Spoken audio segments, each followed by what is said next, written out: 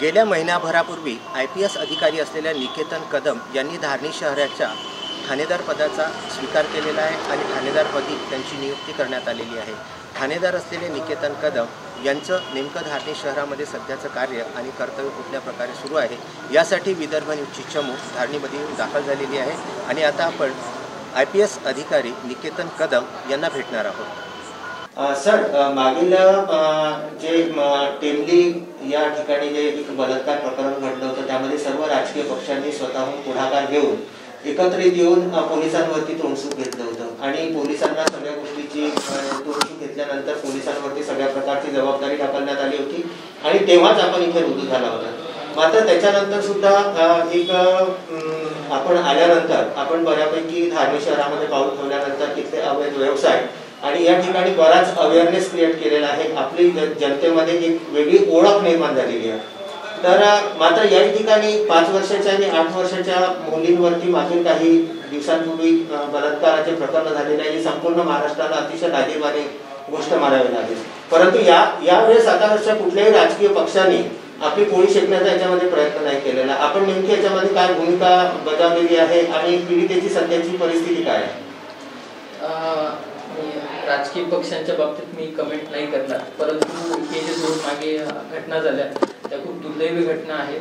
त्याच्यामध्ये 2 पैलू आहेत। एक तर गोष्ट म्हणजे अशा लहान मुलींवर असे काही अत्याचार होत आहेत ती खूपच म्हणजे लाजिरवाणी गोष्ट आहे आपल्या समाजासाठी। आणि दुसरी गोष्ट एक सकारात्मक अशी आहे की मेळघाट सारखा एवढा मोठा एरिया आहे, धारणी पोलीस स्टेशनच्या हद्दीत बरेच पोलीस स्टेशन्स आहेत।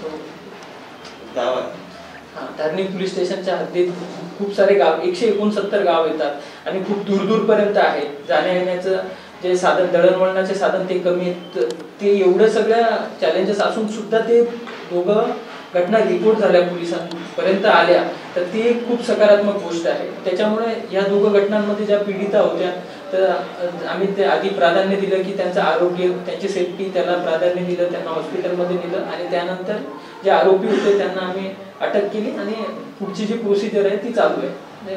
त्याच्यामध्ये त्यांना जास्तीत जास्त शिक्षा होईल ही मी तुम्हाला आजच खात्री देतोय, नक्कीच होईल। आणि सर, सध्या त्या दोन्ही पीडितांची जी शारीरिक हे आहे परिस्थिती आहे ती कशी आहे? दोघेही पीडिता आता सध्या स्टेबल आहेत। मागच्या प्रकरणात देखील त्यांना 3 दिवस इथं हॉस्पिटलमध्ये होत्या, त्या स्टेबल आहेत आणि ह्या प्रकरणातल्या पण ज्या आहेत त्याही 2 दिवस इथं थांबल्या, त्याही स्टेबल आहेत, त्या व्यवस्थित बोलत आहेत। इथं काल स्वतः त्या इथं आल्या, मी त्यांच्यासोबत इंटरॅक्शन केलं ना, ते लहान आहेत but she is absolutely fine now. Sir, एक महत्त्वाचं असं आहे की धारणी हा महाराष्ट्राचं शेवटचं टोक आहे, इथून आपला महाराष्ट्र संपतो। मात्र महाराष्ट्रामध्ये मध्य प्रदेशातून जी अवैध गुटख्याची वाहतूक होते, आपण एक SP स्क्वॉडमध्ये असताना फार मोठी कामगिरी केली होती, त्याच्यामध्ये जो गुटखा आपण फार मोठ्या प्रमाणामध्ये पकडला होता। आजही महाराष्ट्रामध्ये येणारा गुटखा हा धारणी मार्गे किंवा अजून दुसऱ्या कुठल्या तरी चोरीच्या मार्गे येत असावा असं अनेकांना वाटतं।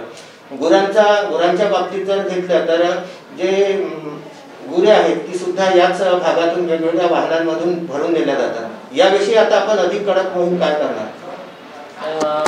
मी जेव्हा आलो, मला 1 महिना झाला, कालच 1 महिना झाला इथं रुजू होऊन, तर मी आलो त्यावेळेस या दोघे गोष्टी ज्या तुम्ही सांगितल्या त्या माझ्या प्रायोरिटीमध्ये होत्याच। तर ही पहिली गोष्ट गुटख्याची, त्याच्यावर माझी कारवाई चालूच आहे आणि मी असं म्हणणार नाही की बऱ्यापैकी कंट्रोलमध्ये आलं आहे। तिकडं अजून सुद्धा भरपूर स्कोप आहे त्याच्यामध्ये काम करण्यासाठी, ते आम्ही करतोय। मी आता स्पेशल टीम सुद्धा एक फॉर्म केलेली आहे, जे अवैध धंदे चालतात त्यांच्यावर अंकुश लागावा त्याच्यासाठी। बऱ्याचदा काय होतं की जनरल जेव्हा आपण पोलिसिंगमध्ये काम करतो तेव्हा स्पेशल कोणी काम करत नाही, त्यावेळेस बाकीच्याही जबाबदाऱ्या असतात, मग इकडे दुर्लक्ष होतं।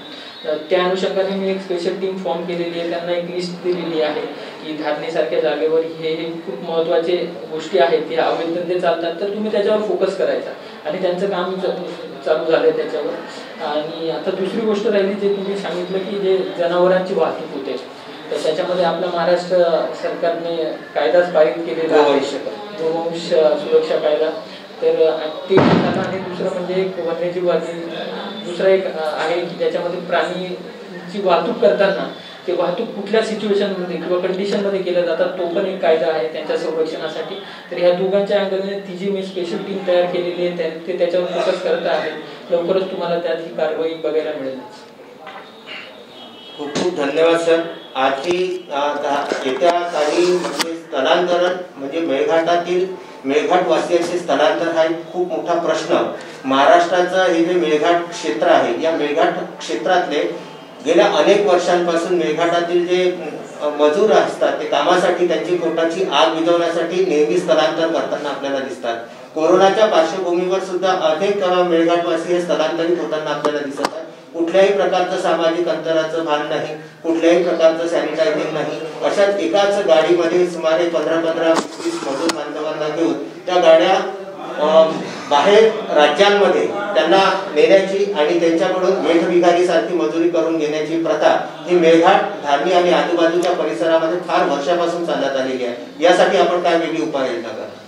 हा स्थलांतराचा जो इथला इश्यू आहे हा लॉंग स्टँडिंग आहे आणि म्हणजे यामध्ये असं इमिडिएट आपल्याकडे सोल्युशन पण नाही आहे की असं जादूची छडी घुमवली आणि झालं सोल्युशन असं. कारण इथं रोजगाराच्या संधी खूप कमी उपलब्ध आहेत, त्याच्यामुळे पोटाची खळगी भरण्यासाठी यांना बाहेर जावं लागतं. परंतु याच्यामध्ये मी पोलीस डिपार्टमेंटच्या वतीने एक नवीन उपक्रम सुरू केलेला आहे. त्याच्यामध्ये आमचे जे पोलीस पटेल आहेत, आमचे जे हात आहेत, मी असंच म्हणतो की जे आमचे ऍक्च्युली हात आहेत काम करण्यासाठी ग्राउंड लेवलला, तर त्यांना मी एक लिस्ट दिलेली आहे. त्याच्यामध्ये कुठली कुठली माहिती जमा करायची आहे तर ती माहिती बऱ्यापैकी जमा देखील झालेली की गावातून किती जण स्थलांतर करत आहेत, त्यांच्या ते जे कुटुंब असेल तो कुटुंब प्रमुख कोण आहे, त्याचा मोबाईल नंबर, तो कोणामार्फत स्थलांतर करतोय, जे सो कॉल्ड आपण त्यांना इथं एजंट म्हणतो, तर त्या एजंटच्या सगळ्या डिटेल्स आणि तो कुठे जातोय. बऱ्याचदा काय होतं की दरवर्षी ते त्या पर्टिक्युलर सीझनमध्ये एकाच ठिकाणी जातात, तर तिथल्या त्या मालकाचं नाव आणि त्याचा ऍड्रेस, म्हणजे ही सगळी माहिती माझ्याकडे असेल तर मी काय करेल की तो कुठे गेला हे मला माहिती आहे, तर तिथल्या पोलीस स्टेशनला फोन करेल मी आणि तिथले जे बीटवाले असतील तिथल्या PSO सोबत कॉन्टॅक्ट करून की त्यांना बघायला पाठवेल की यांची कंडिशन काय आहे. आणि बऱ्याचदा तिथे गेल्यानंतर त्यांची पिळवणूक होते खूप जास्त, तर कंडिशन काय आहे. एकदा पोलीस व्हिजिट पण करून आले तर त्याचा खूप मोठा इफेक्ट होतो की पोलीस येऊन बघून गेलेले आहे, आता पुढच्या वेळेस आपल्याला यांना चांगलं ठेवावं.